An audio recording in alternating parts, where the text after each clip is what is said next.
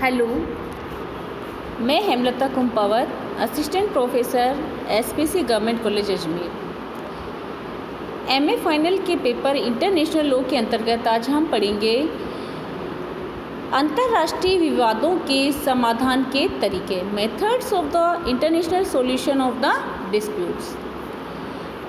जैसा कि हम जानते हैं कि राज्यों के हितों में जब परस्पर टकराव होता है तो वहाँ पर विवाद उत्पन्न होते हैं। ये विवाद विचारधारा से संबंधित हो सकते हैं, इंटरनेशनल इंटरेस्ट से संबंधित हो सकते हैं, और या फिर जब एक पक्ष दूसरे पक्ष पर कानून के उल्लंघन का सीधा आरोप लगाता है और दूसरा पक्ष उन आरोपों को स्वीकार नहीं करता है, तो ऐसी स्थिति में उनमें क्या उत्पन्न हो जाता है? विवाद उत्पन्न हो जाता है। जैसा कि केल्सन ने कहा है कि विवाद उस समय उत्पन्न होते हैं जब एक राज्य दूसरे राज्य से किसी विशेष प्रकार के व्यवहार करने की अपेक्षा करता है, यानी कि एक पर्टिकुलर बिहेव वो करवाना चाहता है और दूसरा राज्य उस प्रकार के व्यवहार करने से इनकार कर देता है, तो इस प्रकार से विवाद उत्पन्न होता है। अब प्रश्न उठता है कि अगर इंटरनेशनल डिस्प्यूट्स उत्पन्न हो जाते हैं, पैदा हो जाते हैं, तो उनका निपटारा किस प्रकार से किया जा सकता है? तो अंतर्राष्ट्रीय विवादों का समाधान विवादग्रस्त राज्य परस्पर समझौते और सहमति से कर सकते हैं, अर्थात वो आपस में ही कोई समझौता कर सकते हैं, किसी एक विषय या अनेक विषयों पर अपनी सहमति बना सकते हैं और इस प्रकार उनके विवादों का अंत हो सकता है। लेकिन मान लीजिए कि अगर राज्यों के मध्य परस्पर समझौते और सहमति से विवादों का निपटारा यदि नहीं होता है तो क्या हो? ऐसी स्थिति में जो इंटरनेशनल इंस्टीट्यूशंस हैं या इंटरनेशनल जो जुडिशियल इंस्टीट्यूशंस हैं वह उनके द्वारा अंतर्राष्ट्रीय विवादों का समाधान हो सकता है। तो हम कह सकते हैं कि यदि परस्पर समझौते और सहमति से अगर विवादों का निपटारा नहीं होता है तो अंतर्राष्ट्रीय संस्थाओं की मदद के द्वारा या फिर अंतर्राष्ट्रीय न्यायिक संस्थाओं के समक्ष विवाद को प्रस्तुत करके क्या हो सकता है? निपटारा हो सकता है। जैसा कि 1907 के हेग कन्वेंशन में स्पष्ट किया गया है कि विवादग्रस्त राज्य अर्थात ऐसे राज्य जिनके मध्य डिस्प्यूट्स हों, शस्त्रों का सहारा लेने से पूर्व अर्थात बिफोर द वॉर शांतिपूर्ण समाधान के सभी तरीकों को प्रयोग में लाकर विवाद का समाधान करने की कोशिश करनी चाहिए।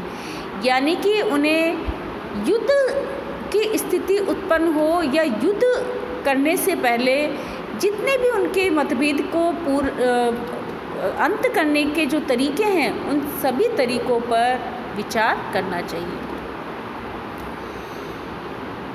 अनुच्छेद 2 में कहा गया है कि ऐसे पक्ष जो विवाद से संबद्ध नहीं है लेकिन विवादग्रस्त राज्यों के साथ जिनके मैत्री संबंध है वे स्वयं को मध्यस्थता के लिए प्रस्तुत कर सकते हैं। ये मध्यस्थता युद्ध की स्थिति में भी की जा सकती है। अब प्रश्न उठता है कि मध्यस्थता क्या होती है? इसका सीधा सा तात्पर्य है कि जब दो या दो से अधिक राज्यों के मध्य मतभेद उत्पन्न हो जाते हैं, वो किसी भी प्रकार से अपने विवादों को नहीं सुलझा पा रहे हैं, तो ऐसी स्थिति में वो किसी ऐसे राज्य की मध्यस्थता ले सकते हैं या जो राज्य मध्यस्थता उपलब्ध करवा रहा है वो राज्य स्वयं भी आगे से मध्यस्थता का विचार उनके समक्ष प्रस्तुत कर सकता है, चाहे वो युद्ध से पहले रख सकता है या फिर युद्ध के बाद भी रख सकता है। मध्यस्थता के लिए राज्य द्वारा स्वयं को प्रस्तुत किया जाना विवादग्रस्त राज्यों द्वारा अमैत्रीपूर्ण व्यवहार नहीं माना जाना चाहिए, क्योंकि यदि विवाद किसी विषय पर व्याख्या से संबंधित मतभेद को लेकर हुआ है या तथ्यों के बारे में मतभेद है तो विवादग्रस्त राज्य परस्पर सहमति से जांच आयोग की स्थापना कर सकते हैं। इसी प्रकार से जो द्वितीय हेग सम्मेलन 1907 में हुआ था, उनके अनुच्छेद 35 में कहा गया है कि अंतर्राष्ट्रीय जांच आयोग का कार्य केवल तथ्यों की खोज एवं जांच करके उन्हें व्यवस्थित रूप में प्रस्तुत करना है, न कि विवाद के बारे में निर्णय देना। उन तथ्यों को प्रयोग करना और रिपोर्ट से सहमत या असहमत होना विवादग्रस्त राज्यों की इच्छा पर निर्भर करेगा।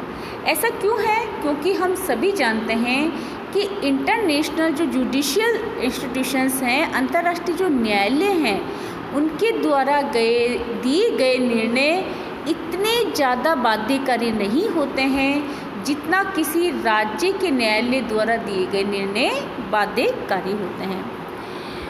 तो किसी भी जो जांच आयोग है उसने जो निर्णय दिए हैं उनसे सहमत होना या असहमत होना ये विवादग्रस्त राज्यों की इच्छा पर निर्भर करेगा। ये चीज़ उनके लिए बाध्यकारी नहीं है। अब प्रश्न उठता है कि अंतर्राष्ट्रीय विवादों के समाधान के कौन से ऐसे तरीके हैं जो हम अपना सकते हैं? तो हम इसमें 3 तरीके रख सकते हैं। पहला, राजनीतिक प्रक्रियाएं, दूसरा न्यायिक प्रक्रियाएं और तीसरा अंतर्राष्ट्रीय संस्थाएं। अगर हम बात करें राजनीतिक प्रक्रियाओं की, तो जो राजनयिक प्रक्रिया है इसके अंतर्गत तीसरे देश के राजनयिकों के माध्यम से मध्यस्थता की जाती है, जांच की जाती है, वार्ताएं की जाती है। इसके द्वारा इनके जो विवाद हैं उनका समाधान करने का प्रयास किया जाता है। इसी प्रकार से जो न्यायिक प्रक्रिया है उसमें पंच निर्णय के माध्यम से या फिर अंतर्राष्ट्रीय अदालत द्वारा जो भी विवादग्रस्त राज्यों के बीच मतभेद हैं उनका समाधान करने का प्रयास किया जाता है। इसके अलावा जो अंतर्राष्ट्रीय संस्थाएं होती हैं उनके द्वारा भी विवादों का समाधान होता है, जैसे अंतर्राष्ट्रीय न्यायालय के द्वारा, राष्ट्र संघ जो कि 1945 से बना था, संयुक्त राष्ट्र संघ जो कि 1945 में है। इसके अलावा प्रादेशिक संस्थाएं जैसे अफ्रीकी एकता संघ है, अरब लीग है, अमेरिकी राज्यों के संघ के चार्टर हैं, उत्तरी अटलांटिक संधि है। इन संस्थाओं के माध्यम से 2 या 2 से अधिक राज्यों के मध्य जब विवाद होते हैं तो उनका निपटारा करने का पूरा प्रयास किया जाता है।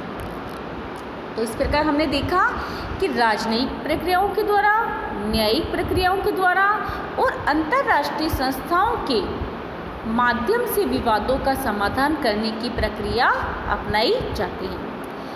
वर्तमान युग में बहुत सारी ऐसी क्षेत्रीय प्रकृति की अंतर्राष्ट्रीय संस्थाएं विकसित हुई हैं जो कि राज्यों के व्यवहार को नियंत्रित करने के लिए पर्याप्त शक्ति रखती है।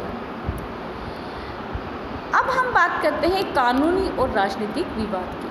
अंतर्राष्ट्रीय विवादों के समाधान के जो हमने ऊपर तरीके देखे हैं उसमें हम यह पाते हैं कि कानूनी और राजनीतिक विवाद में अंतर होता है, क्योंकि यह कहा जाता है कि राजनीतिक विवादों का समाधान कभी भी न्यायिक तरीकों से नहीं हो सकता है, और इसी प्रकार से अगर कोई कानूनी विवाद है तो उसका समाधान हम राजनीतिक तरीके से नहीं कह सकते हैं।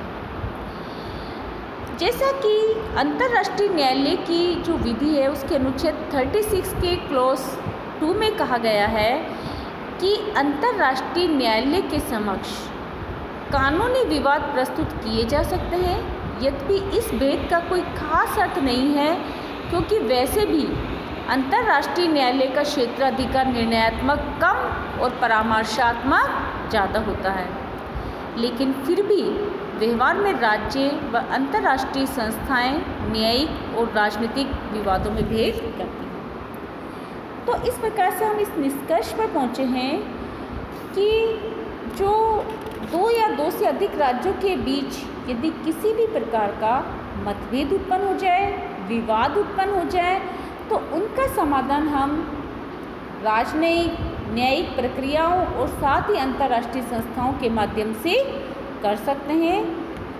और कानूनी और राजनीतिक विवादों का हल एक दूसरे से नहीं किया जा सकता है। कल हम राजनयिक प्रक्रियाओं के द्वारा, जिसके अंतर्गत वार्ता, मध्यस्थता और जांच आती है, उसके द्वारा किस प्रकार राजनयिक विवादों का मतभेदों का जो निपटारा किया जाता है वो किस प्रकार से किया जाता है, इसका अध्ययन करेंगे। धन्यवाद।